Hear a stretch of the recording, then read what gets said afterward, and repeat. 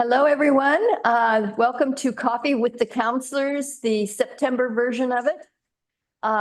We have quite a few people in the audience today, and we will talk about various issues, I'm sure.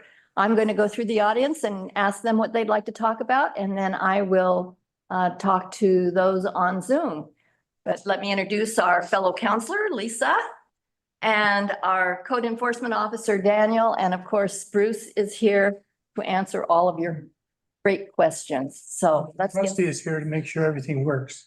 Yeah. And Rusty, of course, is keeping us all together. If it wasn't for Rusty, we wouldn't be talking. So, all right, let's start here. I have forgotten your name. I'm Craig. Okay, Craig, what would you like to talk about today? Not so much to talk about. I have two questions. One's electric bikes and the other is the upcoming election for the city councils. Okay. All right. Jan, what would you like to talk about? Just asking if there is an update on the bridge. And the other one, the wall, I would like to just get the date again for the court. I think it's September 20th, but I'm not positive. And then also, I did get the chance to speak with Steve on Monica Court, but I'll be updating that next time. Okay, all right. Lynn, what would you like to talk about? I'm barely here. You're just listening today? Okay. And Les? Thing. Okay. And Rex and Diane Amos, what would you like to talk about today? The possibility of warning signs about the rutting elk Okay. and the liability of handicap access chairs. We wanted to ask about that. And the kind of burritos they are suggesting in front of the Stephanie. And The kind of burritos they're what? well, we want to mention how unsuccessful clay burritos have been. But they're, yeah, okay. We've kind of went beyond burritos. If they right would now. be considered. Yeah. And Rex, what would you like to talk about? I'm on some new drugs, but I'll try. Might want to pass some of those around here. Well, I want to talk about Barbara Grant / KMUN and the new exhibit at the Maritime Museum. And some of Diane's. Okay. All right. And Deb, what would you like to talk about? You know, I think everybody needs to talk louder because I need to start wearing hearing aids, obviously. Okay. Yeah, I can't hear.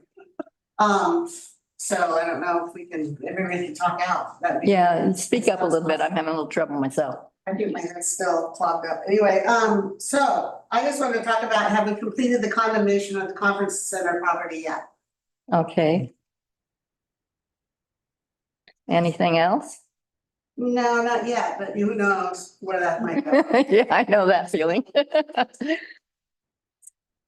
Stacy, what would you like to talk about today? Okay.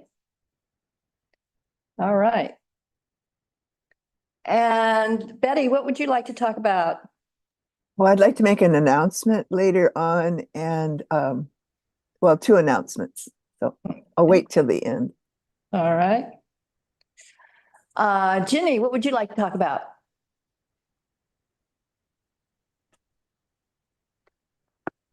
Okay, now I think I'm ready. I was wondering when the Midtown bathroom project is supposed to start. I noticed a piece of heavy equipment parked there today, and I didn't know if it was related to that. And then I also was wondering if there's an update on the whole Roberts complicated case. Oh, Roberts. Oh, yeah. Oh, yeah, Roberts.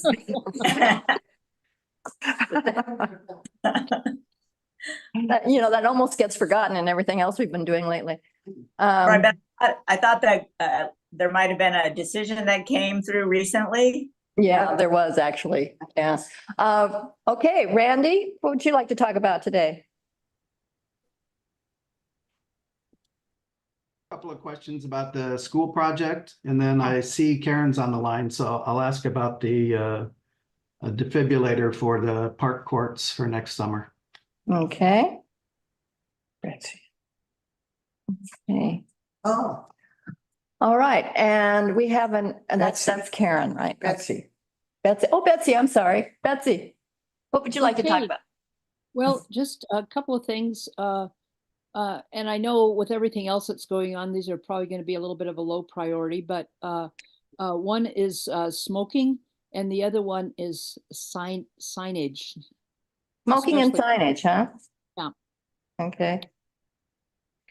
And Lisa, is there anything you'd like to talk about? Oh, no, I just have an announcement to make at the end, but that's all. Okay, whose iPhone? that's Karen. Oh, Karen, we got it. Hi, Karen. No, Karen actually has. Karen's I up have ahead. no topics to talk about, but I'm full of answers for lots of questions that were posed, so you just let me know when you're ready. Okay, yeah, I'm glad you're here. Thank you for being here. Okay, let's get started. Craig, what would you like to talk about? You said you want to talk about the electric. Yeah, I'm curious about electric bikes. If there's any sort of regulation. I've seen those advertised. It's going 28 miles an hour.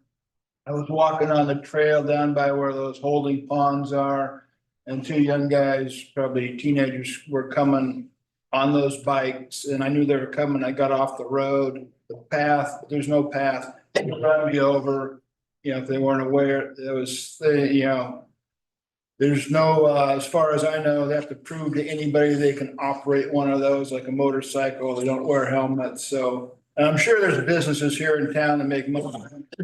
But I'm just curious if there's any sort of rules or regulations on those. They just can go wherever they want. Well, I know there's no bikes allowed on that trail, so they were not supposed to be on that trail. And I don't Dan, think anyone rents. I don't think they rent I don't them in think they town can. either. I'm Yeah, not it's, sure. Prohibited to rent electric bikes. That's under Okay. our emerging mobility devices code restriction.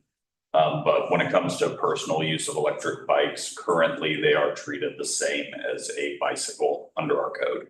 That is something that could be revisited. And I see the possibility of putting up signage preventing, like, let's say, an e-bike from going on one of those trails. Because I know that the outside portion of the water treatment ponds, that trail down Yep, there that's it. does allow bicycles to go on. It's just the inner section. Oh, is that right? Because I thought there was a sign, because there was kind of a, I remember when we first started that trail around the lagoons, there was quite a concern that the bikes weren't allowed on there, but so they are allowed On the outside loop, outside. they are, however, on the inside loop, they are not. One side, yeah. Interesting. All right, that's just kind of my concerns, to make no noise and go advertise at 28 miles an hour, and there's no. It's not like a motorcycle, you gotta prove to anybody you know how to operate one in a helmet, so just kind of from my own situational awareness, I'll be more aware of that. Are they allowed in traffic? I mean, just like a regular bicycle is allowed to ride on the street. On the streets? And they're also prohibited from riding on the sidewalks. However, since the trails allow bicycles, they don't really fall under that sidewalk prohibition. And are they allowed at the Kula Forest Trail too? I would have to look at those Wait. regulations. There's Betty. I- Betty? They're not allowed on the Ecola Trail because if they spark and they start a fire, so that is one place I know they're not allowed. Perfect. Is there a helmet law down here for bicycles or anything? As long as you are over the age of 16 years old, you're allowed to ride a bicycle in the state of Oregon without a helmet. Really? And the state is looking at allowing electric bikes on all beaches in the state. Okay. On the beach itself? So, Fun. I know we've had electric bikes at the farmer's market, people taking their bikes through. Yeah, well, that's interesting.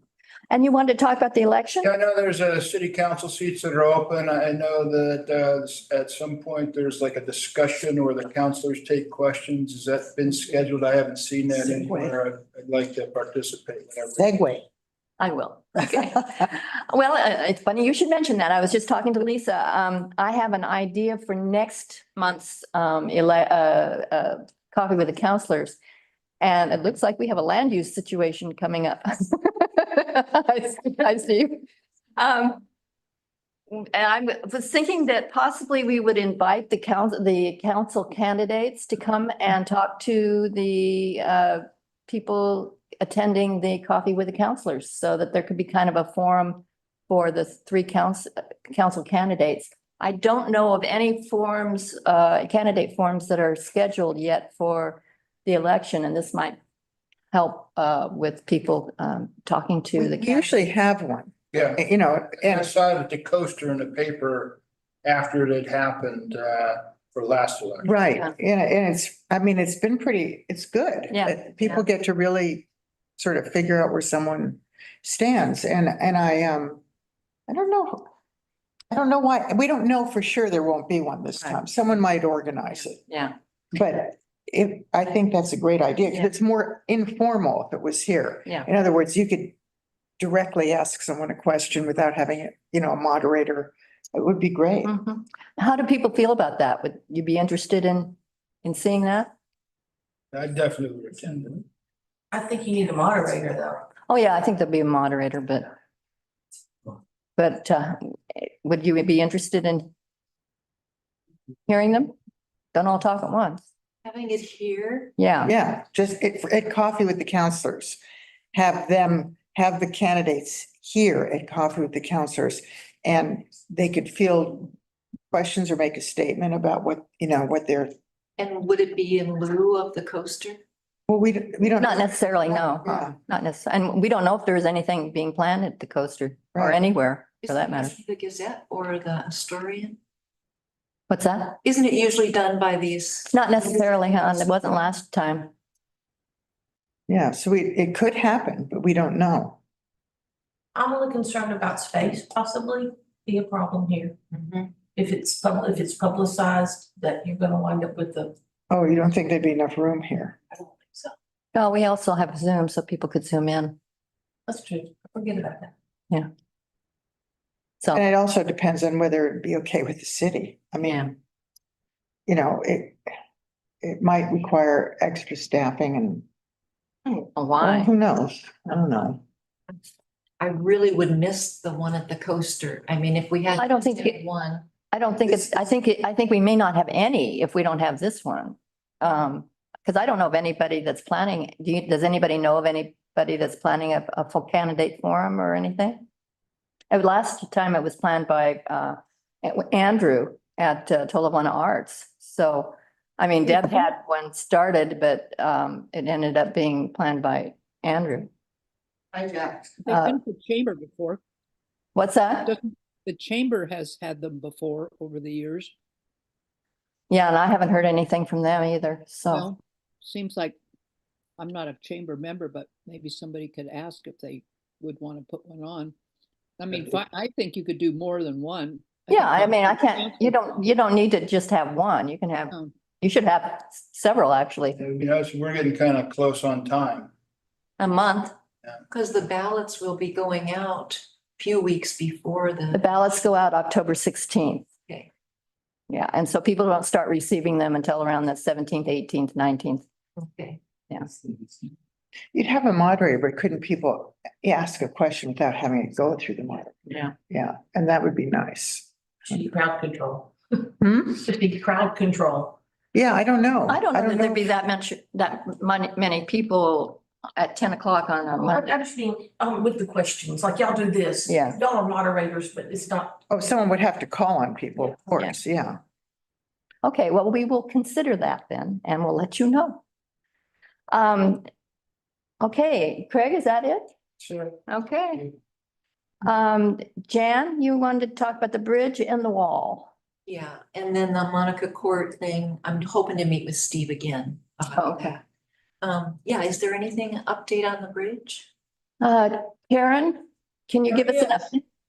Yep, we opened bids last week and we are reviewing the bids that were submitted and we will be making a decision probably in the coming week.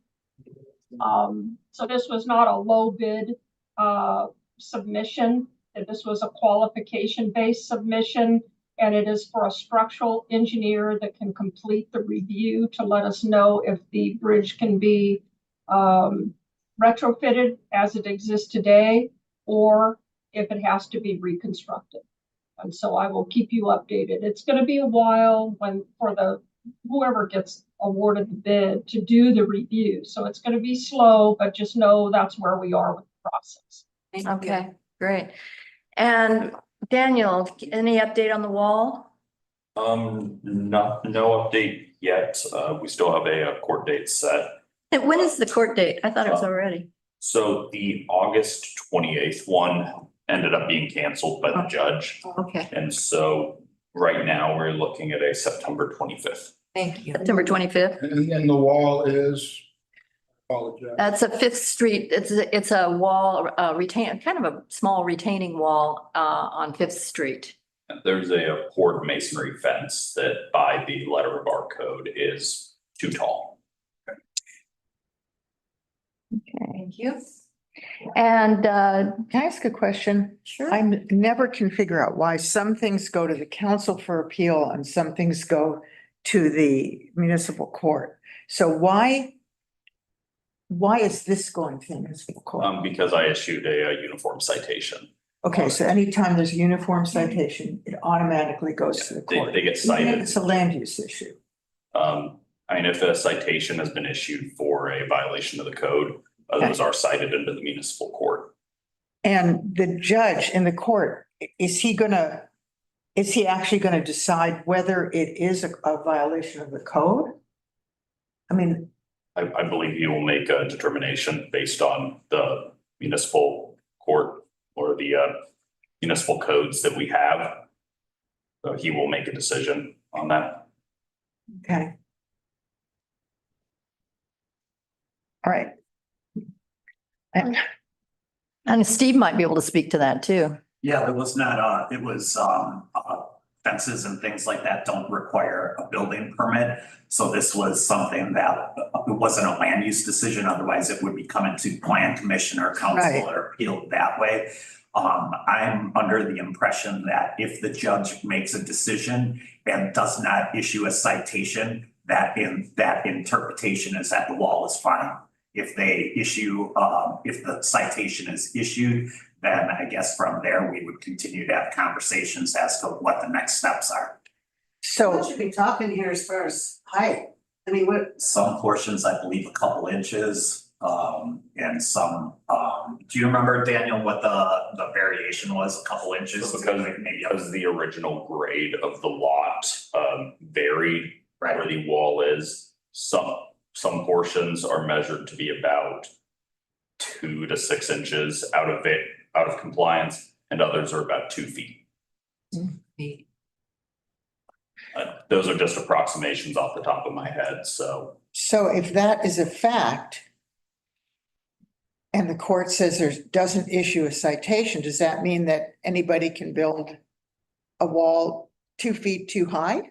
Yes, if that was the case, we would go through the same exact process that we're going with the wall, that we would issue the citations, check it out, and then there's the ability for that person to take it to court. So, from my perspective, if the judge says it's okay, it's okay. That's it. We would look at each one individually, and if the next one came in and was over, we would go through the same process. Okay. That just makes no sense to me. If the rule says it has to be a certain height, I don't understand why a judge would be making a decision without a variance or something like. Right. So we've provided that documentation and it's gonna be in place before him. Okay. All right. so we're talking about 2 inches on one end and about 2 feet like on one end. Mhm. And I don't think her intent was I wonder where that went askew. I don't think intent has anything to do with it. What? Intent isn't part of there's a rule that a fence can only be a certain height or a wall. It doesn't matter what you intended. You either are above the height or you're not. I mean, that's what I personally find it a little bit nitpicking, but anyway, I mean, we can go around and measure lots of stuff in this town and make sure everything's perfect. You know, I mean, it's Kelly. I mean, I'm sorry, I like Kelly a lot, so. Has nothing to do with liking somebody or thinking they're a wonderful person. It has to do with what the rule is. I mean, that's one of the things that infuriates me about when things come before the commission or planning commission or the council even, is it doesn't matter who the person is, whether you like them, has nothing to do with it. That is. People that have moved out of this town because people were complaining about this and complaining about that, and I mean, it's like, I don't know, I mean, I wouldn't even have noticed that, but so, you know, I don't know, Yeah, the 3 people move out, 10 people move in. that's right. Okay, so Let's, anyway, I don't know, I just. let's move on. Steve, do you have anything? Jan, I think had some questions about Monica Court. Did you? Not now. Not now. I just Okay. said I hope Don't want to to talk. use them if Okay. I can later. All right. Diane wanted to talk about elk. I realize that we have a plethora of signs according to some around here, but the elk are flooding right now. They're very dangerous. They're very aggressive. They rolled a dog a couple of days ago. Oh, wow. Gerhard has posted warning signs about the rutting elk. And they also have sent out quite an email about things to the citizens. So I was just thinking that it might be appropriate to warn people about getting within 75 feet of one of these elk. That's the measurement that is suggested. Yeah. It's not a bad Yeah, idea. it's simple, just sort of like 4 or 5 things. Don't get between the male and the female. Don't park your vehicle between the male and the female. Keep your dog on a leash. Carry pepper spray or a walking stick or an umbrella. These are visual for the elk. They're like deterrents. And act dominant if an elk gets too close. I mean, these tourists are really the cause of it. They're well intended, but they lack the information. So it makes it worse for those of us who walk among the elk every morning. Yeah. Right. Some sign has to be. I think that's not a bad idea at all. And So we maybe, have this posted on Protect, is there, how else can we get that word out? Well, and let me, Well, check with your heart and see how they do. Well, I posted that too. Karen, what do you think? Is there any way of? Yeah, we've done a social media campaign to caution people about the elk. It's great that Gearhart has emails for all their residents. I wish we did here in Cannon Beach, but we don't. It's an optional thing that people can opt to provide their email when they have utility accounts with us. But unfortunately, we don't have email. That would be a great tool to be able to use. So in the meantime, we use social media. You know, my position about signs, I'm not excited about adding more signage because people just, quite frankly, they just ignore it. So we've done the campaigns about don't feed the animals. The hotel industry really helped us with that. When people check in, they give them those 5x7 cards that we talk about why it's important people don't feed the animals. They can do the same, cautioning them about the elk and rut season and so on. But that's as much as we can do. I mean, people are going to be people, and unfortunately, they're not always real bright. So. well, I wonder if we could, the idea of the hotels giving out a card about it is a great idea. Not everybody's on social media or Facebook. A lot of people I know don't do Facebook. So yeah, I think we have to go beyond that, you know. I mean, it's more the tourists than it is the locals. So that's where the hotels are very impactful. They can verbally caution them when they check in to their rooms, because even if they give them one of the postcards or they slip those underneath the glass on the tables in each room, people just don't pay attention. So if they verbally caution them, it's really good. Even our local businesses, our coffee shops, our restaurants, and say, hey, where are you guys visiting from? And beware, it's rut season, or elk are that can be kind of aggressive at this time. So keep your distance, and just casual, you know, cautionary messages, not to freak anybody out, but just mention it, you know. What about also short-term rental agencies? They could be giving out that Absolutely. information too. We consider them just like the hotels. They have the same printed collateral material that the hotels get. And they put them in their rooms under a plexiglass little thing, typically on the kitchen counter or something like that.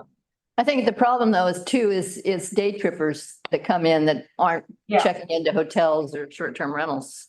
Yeah. The season is only from like September to late October or mid-October. So a couple signs like Les Shirley Park and areas where they congregate mostly. Like a temporary sign, you mean? Yeah, temporary Yeah. signs. We have them in all the kiosks and around town too. So you'll see their poster size in the kiosk. So when they go to the public bathrooms, they'll see them. So. We had that flyer done that's on the website and we've handed them out to hotels. I don't know. I mean, I heard was in a portion of the S-curves this last weekend last week, and the big 5-point elk attacked his car and dented it and he took off. Yeah. I mean, they are running you right, but Yeah, on the Gerhardt site, they show dented cars. right, and I have the Gerhardt sign, there's that information I posted as well. So we have to do something besides just social media, I guess. Yeah, I mean, the day trippers, I think, are the issue. Because they're always in a car, and I mean, they may be coming back from someplace, but you always see them in a car and they shut down, the street. Yeah. Well, Karen, what about a temporary signs, just for for that season? Is that a possibility? If you guys decide that's what you'd like, we can arrange that. Okay. Something Have you we seen do. what Gerhardt has done with their outdoor signs? Yeah, I haven't seen them. I have to see one. I have all their information here, I can send it to them. So, Well, maybe tomorrow night after our council meeting. Go to the order, Go we to can the bring it up yeah. because that's really, I mean. I'm thinking, What's that? it may be a little short notice, but I know that for 4th of July fireworks, that sort of situation, the police department has gotten temporary, like light up signs, like the LED ones that can scroll a message. And we've put one or two of those up by the highway. That's something that That might be a good idea. That's a great idea. for next year. Yeah. Yeah. But because I know we need to arrange for those a couple months out. That might be I a good like that idea. idea versus us paying money to create temporary signs. Yeah.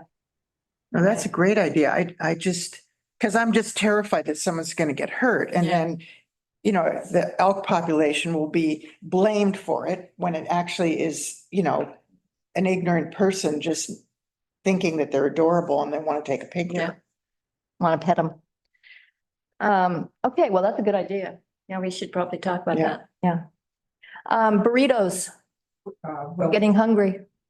as my great breaker's point a few years ago, they put clay burritos. Right. They lasted through the king tides. And Right. then they were gone and we're still cleaning the clay off of our shoes. Yeah. So I would urge them not to use clay burritos. But at the handicap access, didn't the city at one time have some chairs that handicapped people could go onto the beach with? Right, That they could wheelchairs. borrow from the city? It wasn't a city program. It was either Bruce, either you or Karen, can you talk about that? It was the HRAP. That was the HRAP. And I think, what happened to those? I don't think we have them anymore. Is that right? Right. And I thought it was a liability issue, but I didn't understand that. It was a maintenance issue on the equipment. And we used to keep them here. It really didn't work out. The people would have to push them all the way to the beach and all the way back. We were working with the surf shop across the street. They were taking care of them. They were doing the maintenance. It was a really good arrangement. They're no longer doing that. And the beach chairs that we have are in very poor repair. I think that the chamber is looking to get some chairs. And we may cooperate with them in some way. I think the chamber has also at one time tried to get a grant to do the long. They did, they didn't they get it. They didn't get the grant. Right, but the chamber would be a really, actually a great resource for getting those chairs. But the problem is the maintenance of them. So getting them is one thing and maintaining them is something else apparently, so. I had understood it was a liability issue, but perhaps that's misinformation. No, Liability for the having the chairs, you mean? Yes. I never had a concern about the liability. I never heard that. Yeah. And as far as the burritos go, I think that there's all kinds of new technologies that have been developed for, softer scape rather than, concrete or riprap. So there's all these new technologies and we're hoping that those will be explored as a means of, holding back the ocean from washing away the cliff breakers. The clay burritos was an intermediate step, they're trying to develop things, but they're coming up with way better ideas. These were wrapped in nice fat rope that are, and they look good, but when the king tides came in, they ate them. Yeah. Yeah, they love them. And the king tides throw around rocks from riprap too. So, when you build right next to the ocean shore, you're gonna have problems. And we don't really know how to solve them yet. Yeah, there was quite a discussion last week about shoring up that dune right by the breakers. And so they're coming up with some more solutions. They think they have some really good solutions. They're working with Crest to get it done, and Crest is, and people who understand the technology. So hopefully there'll be something that works. And there are some beachfront properties near the step-in that have been successful with alternative ways of dealing with it. So it's complicated. It is. Yeah. I only have one more thing, and that is to thank Daniel for taking care of that sign at the Pie Girl, Pie Boy. Oh, yeah. It says, thank you. Happy to help out. Rex, you wanted to talk about, I've got KMUN and the Maritime Museum. Well, actually, we lost one of our cultural treasures. Barbara Grant died recently. Yeah. And she came here in 1972 and was a cultural treasure. She was a creative force in this community, also a sharp tongue and a great wit. And Very much for so. 8 years, she drew the covers for the Current magazine, which KMUN, that's their magazine. And KMUN is pledging now. So this would be a good time to honor. That'd be a good idea. By Yeah, giving a donation to KMUN and in her name. yeah. I think it's a great idea. Yeah. Yeah, good idea. If anybody hasn't seen that book of her drawings, they should try to get it. Yeah. Can you get it through KMUN? I don't know where you can get it now, but maybe at the bookstore, but probably you could call KMUN and get it. And then proceeds, I think, went to KMUN. Yeah. I mean, like a program like NPR costs $85,000 a year to get morning edition. So that's just one of the things. And all these people are volunteers. They have 100 volunteers. It's just a great resource we have here. Yeah, it's a wonderful, wonderful station. Maritime. The only other thing, anyone interested in the Necruz project should go to the Maritime Museum and see the Chinook exhibit. And they'll probably have canoes there and everything. It's going to be an ongoing exhibit. And you'll probably be able to see the canoe that Lewis and Clark stole from the classes there. Yeah, I looked at the plans for that exhibit and I only noticed, listed, this may not be the fact, but they only had listed one canoe as part of their permanent exhibit, I think we're gonna have 3, and then this is going to be an ongoing, growing permanent exhibit, so there will be more things. But, Yeah. Right now, it's some great photographs and so it'll take in the classes and the Chinooks. I mean, it's a shame that all this has to be litigated because Clinton gave federal recognition of the Chinooks. And then when Bush came in, he revoked it. So now we have to fight it all over again to get And it's recognition. been going on for decades. Yeah. Anyway, Okay, Deb, you wanted to ask about the conference center? Yeah, I just found the Gerhard thing on what is elk rat, what is elk are making, what is their harem, what else do elk do differently during a rut, and it goes on to a big educational thing, and we posted it on Protect. So, but it's great information if somebody wants to, I can send it to somebody. Yeah, you can send it to me. I can post it to other Okay, so I'll websites send too. it to you and go from there. Okay, sure. I guess the only question I had was about the, where are we completed the condemnation in the conference center property yet, or where are we with that? Karen, would you like to talk about that? I'd love to talk about that. We had issued the conference center a 40-day last chance offer before the condemnation process began. And as you know, they were asking for $100,000 for us to have that easement. And the appraisal came back at 26,000 and some change. And last week we came to an agreement at 34,500. They signed, Bruce signed, and the process is being put through the title company as we speak, so it'll be recorded, and we can get on with building a new seismic resilient water tank for the community and all the lines associated with it, thank goodness. So that's where we are.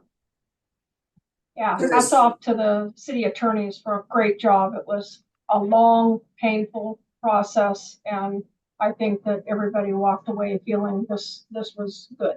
They got more than the appraised amount, but obviously not the ridiculous amount that was being asked for.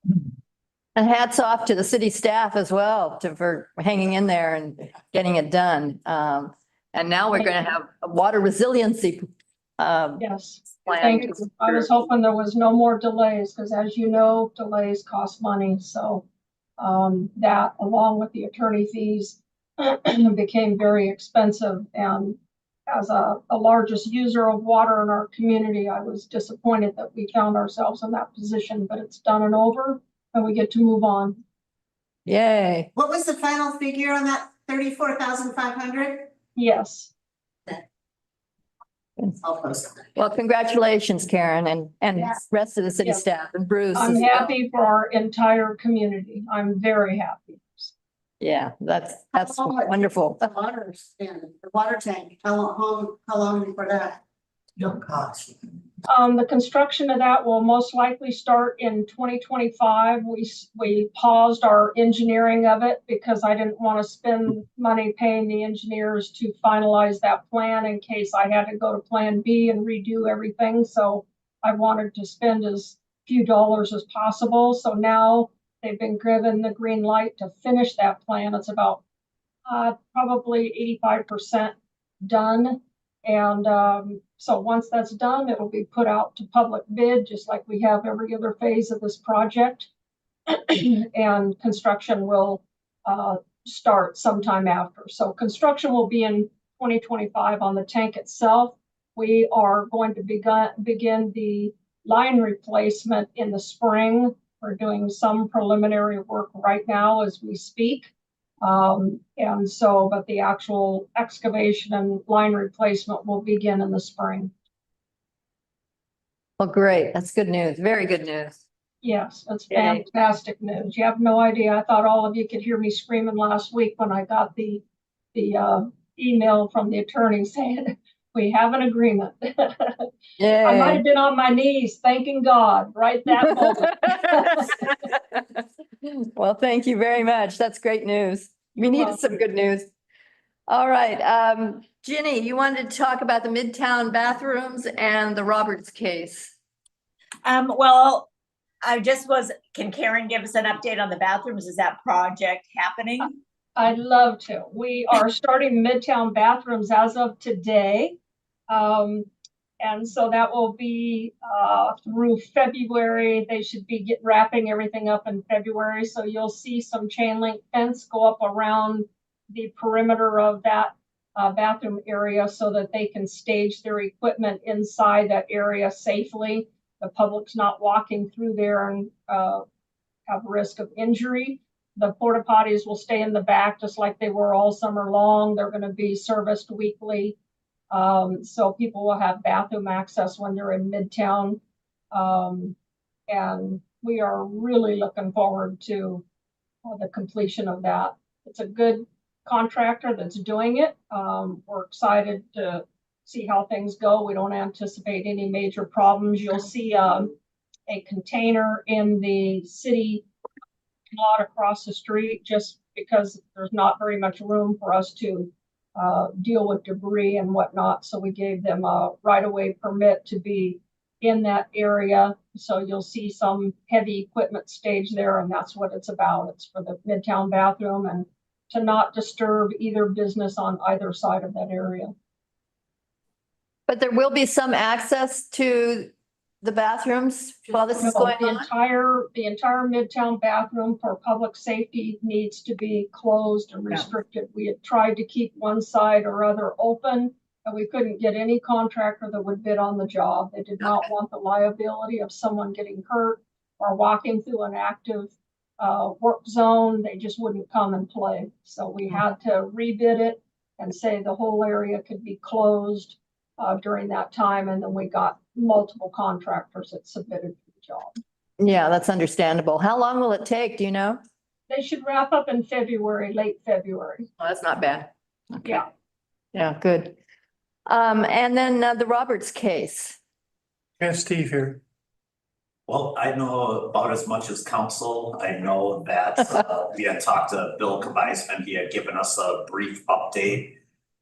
He had forwarded an email late last week. I haven't had an opportunity to go through it. So I just know that there's probably still some back and forth and no resolution. So I don't want to speak to it because frankly, I had the opportunity to really review it as much as I need to in order to give you an informed answer on it. Well, That's the Roberts case. This is the case where the Roberts family wants to build a house on the S curves. And there would be a driveway or something to their house that's been under legal cloud for years. I read through the Roberts opinion that was issued by the Court of Appeals and the synopsis, and there'll be two issues coming back to council. One has to do with removal of vegetation in the oceanfront setback, and the other has to do with geological hazards for the driveway. Those two issues will come back. Everything else, unless it's appealed up to the Supreme Court of Oregon, and unless they accept appeal, then after it comes back to council, that should be, unless that's appealed again. So it could go on for another 2 to 3 years, and it could be resolved, more quickly if there is no appeal. But I can't imagine there won't be. They still want to use the public right of way as their private driveway. Is that correct? No, Oh. I mean, they want to use it as a driveway, but it's a public right of way. So Right. there's been no action taken to make it. They can use they want to use the public right of way as their driveway, but the idea is it a private driveway? Well, no, because it's a public right of way. Right. But where are you going to go once you go down there? So it's just, it would probably have to be posted. No turnaround, no thoroughfare. Who knows? I mean, it's real complicated. Right. But I think they wanted to do that with an easement, an easement agreement, but I don't think that the council ever agreed to do that. It's extremely complicated. Yeah. Yeah. And I want to say, I also am extremely disappointed in the conference center on how uncooperative they were for a project that, like Karen said, they're the biggest user of and that we all need. I thought it was very disappointing. Yeah, I totally agree with you. I find it I find it kind of outrageous. If you're the biggest water user in the whole city and then you try and, put roadblocks up for completing a project that will ultimately help you. Doesn't sound real Christian to me. And with that, we'll move on. Karen has her hand. Karen, did you want to say something? I just wanted to comment and said, I don't hold our local conference center staff responsible. I hold the attorney and their board accountable. They were the ones doing the negotiating. Yeah, but the board is representing the Christian Conference Center. I mean, that's who represents them, so. Right, and it was disappointing, but I keep that pressure on the folks that were sitting at the table talking with the city's attorney, so. Okay, Randy, you wanted to talk about the school project and the defibrillator. Yeah, I was out at the courts last week and ran into Kirk. And he mentioned something about the defibrillators are going to get taken care of, but we didn't have time to talk more about it. So what do you know? What's the latest you know about it, Karen? The fire department has agreed to take the lead on that. It was really out of the expertise of Public Works. And so I recruited the PD and the fire department to give us some help because that came to the Parks Committee and it really didn't belong there. As I understand it, Jason and the guys have given me an update. They're pursuing getting one. They're going to be working with the chamber to talk about potentially putting it on the outside of the building there as the access point. I've given them a list of things that I think they need to consider if they're going to go forward with this, and that is ensuring that that unit is actually going to work. Normally, these are not kept outside. These are units that are kept inside somewhere, so there needs to be the proper enclosure to protect that unit from the outside elements here at the coast, and then the training that goes into these things. As you guys know, you could hurt somebody using this if you're not trained to do it. And so because it's going to be outside and potentially accessible to anybody and everybody, that was a concern of mine. And then the ongoing maintenance. These things have batteries that have to be changed periodically. And so I asked them that as they work forward with this, those are the answers I'm going to be looking for. Who's maintaining it? Who's changing the batteries? Who's given the training of this? How do you access it? Is it behind a key, lock key cover, or what? And so the fire department has assured me that they will have all those answers before they implement this as accessible to the public. I think the biggest issue is maintenance. The units now are pretty much self-training. They walk you through step by step kind of thing. And there's several different types of boxes that they can be put in. And then finally, I wouldn't recommend doing this year round. I just recommend doing it seasonally. That's when people are out there playing most, and that's when the need is most. And it's between tennis and local pickleball and tourist pickleball and the Hispanic Soccer League and just the number of tourists that go through that 2nd Street and Spruce intersection. I think it's well justified. Yeah, and that's a good Karen, point. where will these go? Where will these go? Well, that's the $1 million question, is that they're proposing one initially, and they're proposing it somewhere near those tennis courts and the park and whatnot, which is the logical location is the chamber building. So they were proposing to put it on the outside of the chamber building. And I said, well, let's talk to the chamber first to see if that's even acceptable. And then again, like Randy said, if it's seasonal, who's the responsible person for the ongoing maintenance to ensure the unit's working, whether it's the battery and or the outside elements have gotten to it, You're talking about defibrillator? Right. Mm-hmm. So wouldn't the fire department be checking on that? Well, that's why we asked them to take the lead on it. Exactly. So Somebody they'll who be knows coming with the answers to all those things and then proposing that this be approved to move forward. So I told them before it would move forward, they'd have to have all those pieces to the puzzle secured. Okay. All right, and then the other question is about the school. It sounds like there was some posting on Facebook that said that the school venue facility would be operated by a nonprofit. Is that where, has that been determined by council yet? Bruce, would you like to talk to that? That's a recommendation by the committee that was pulled together to talk about the project. And Les, you have something? I don't, were you just doing your arm or were you? Oh, no. Okay, okay. So, and the reason is a nonprofit can do a better job securing grants than what the city as an operator can do. And so, some of the models that we looked at, they were run by, similar facilities were run by nonprofits. But it hasn't been decided yet, right? Correct.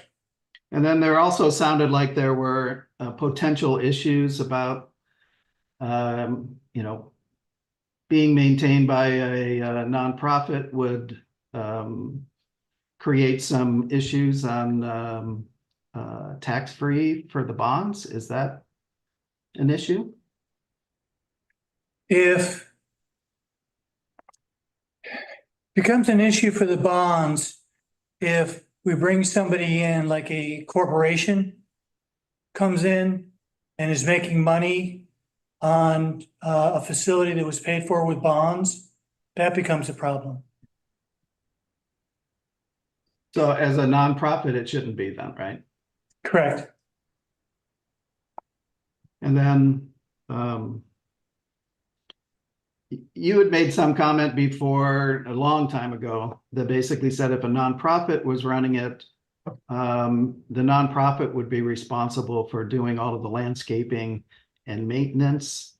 Is that still sort of the vibe about that? I think that that's something that we would take a hard look at.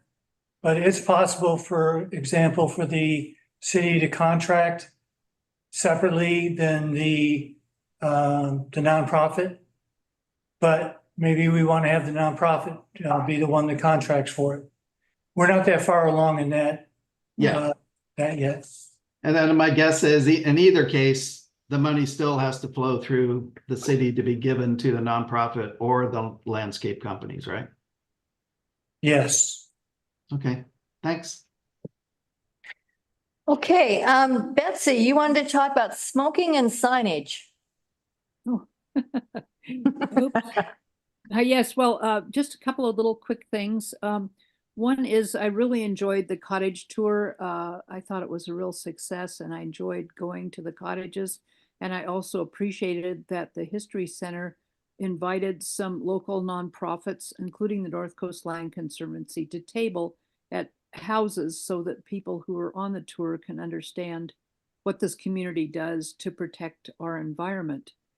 So while I'm walking along, and my house was the one on Washington Street where the table was, and at the corner of Washington and Hemlock, there's that big duplex, the purple house, and they have at a minimum, in my opinion, really unattractive red and white no parking signs all over the place on that property, stuck into buckets.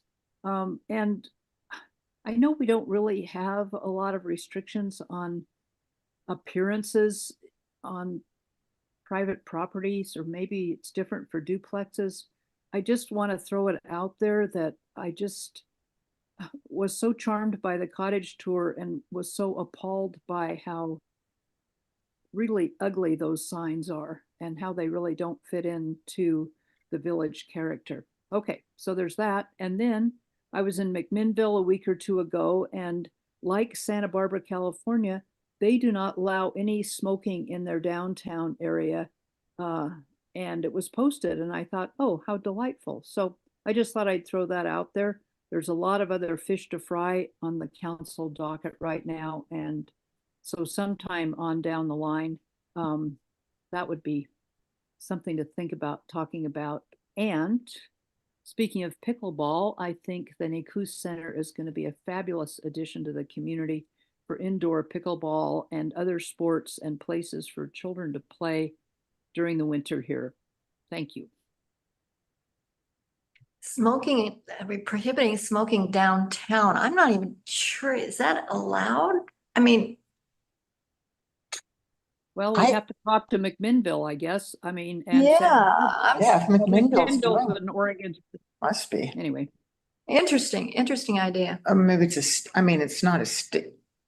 McMinnville wouldn't do it if there was a state prohibition against prohibiting it. Guess so not. I don't know. Okay. Interesting idea. Get the new council can work on that. Thanks. Okay, Betty had a couple of announcements. Yes. Well, one, Betsy just reminded me, right on the corner of Washington and Laurel, there's two red cones and they say Public Works on them. And they've been there for weeks, and it's almost like the private people there are putting them there so that they protect their parking. I just wanted to ask Karen if that's something the Public Works put out there. Yeah, Karen. So we had a resident that had a disability that was staying at one of the homes on that street and contacted the city.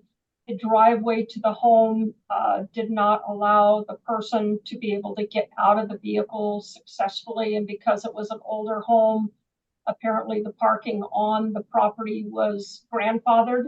And so they asked if we would allow them to park in the right of way so they could get in and out of their vehicle with their wheelchair and whatnot. And we said, of course. So that's why the cones say Public Works. And it is for about 30 days. If I remember correctly, I'll have to go back and look at the permit. But we did allow it because it falls under the ADA provisions for the state of Oregon. Well, they're short-term rentals, so those people have gone a long time ago. Yes, it is a short-term rental, and this person that's staying there is the one that's disabled. No, there's been 5 different families there. I mean, okay, I'll check on it. You're saying anyway. Washington and Laurel, correct? Yeah. Okay, I'll check on it. I believe this is the one that made the request to us, but I'll double check it. Okay, thanks, Karen.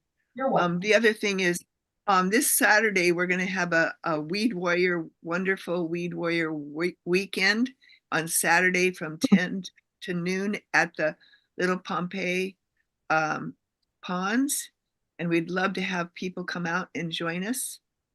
And then the other is, if any of you know of anybody that would like to join in on the Portland State water filter project, getting the microplastics out of our estuary, please contact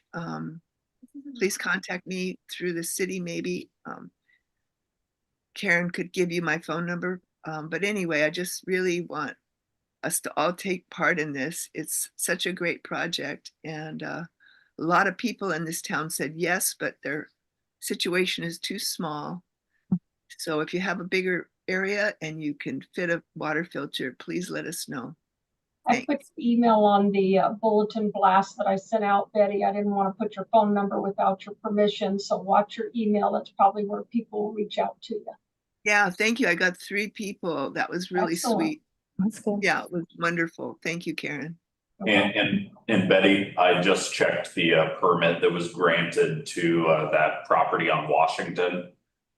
Their right-of-way permit does expire today, so those cones will be picked up by 5 p.m. today and won't be out there anymore. Oh, okay. It just was weird because I thought, were you guys gonna do some work there, you know? But anyway. Thanks, Daniel. I throw something else on cones. I got 2 public work cones sitting in my driveway. One was left over from when I built my house, and about 6 months ago, its playmate showed up. I don't know where they came from. Got lonely, huh? Got two cones out in my driveway. Okay, so maybe you should pick those up Thanks, too. grab those. Bring my cones back to me.